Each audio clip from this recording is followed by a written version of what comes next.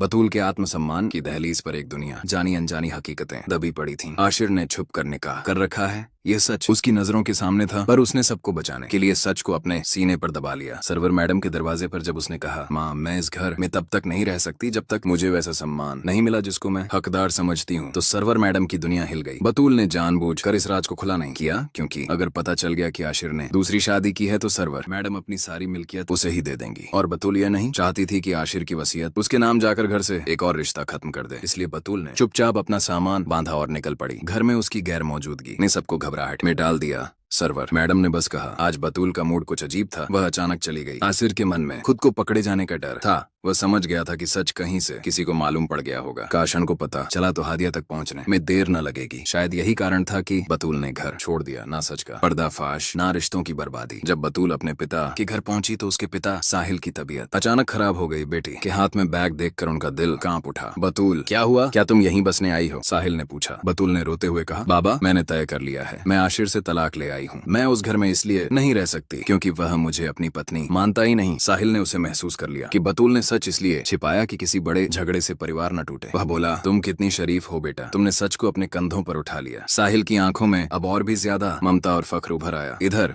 दूसरी ओर हादिया गर्भवती थी। यह खबर फजीला मैडम के कानों तक पहुंची और काशान के होठों पर खून खौल उठे। काशान ने गर्व चीरते हुए कहा, यह बच्चा मेरा नहीं हो सकता, इसे तुम किसी तरह हटवा दो। हादिया ने आंखें तरेर कर कहा, काशान ये मेरा बच्चा है और मैं इसे नहीं मिटाऊंगी। अगर तुम तलाक देना चाहते हो तो दे दो, मैं किसी के डर से अपने बच्चे का निर्णय नहीं बदलूंगी। काशान ने धमकी दी कि वह चाहकर भी इन दोनों बहनों की इज्जत मिटा देगा, बतूल का घर तहस नहस कराएगा और वह खुद इस बच्चे की खत्मी के लिए कदम उठाएगा अगर जरूरत पड़ी तो। काशान के लिए सब कुछ योजनाबद्ध था। उसका मकसद था इन दोनों बहनों को बदनाम कर देना ताकि वह अपने ही परिवार पर हावी हो सके। लेकिन हादिया की जिद और बतूल की शहादत काशान की साजिशों के सामने कदम कदम पर रोशनी बनकर खड़ी थी। कहानी अब एक ऐसे मोड़ पर थी जहाँ इज्जत, सच्चाई और जज्बातों की टक्कर से घरों की दीवारें दरकने वाली थीं। हर चेहरे के पीछे एक सीधी सी बात थी, कितनी कीमत हम अपनी असलियत छिपाने के लिए चुकाते हैं और कब किसी एक की हिम्मत पूरे परिवार को बदल देती है।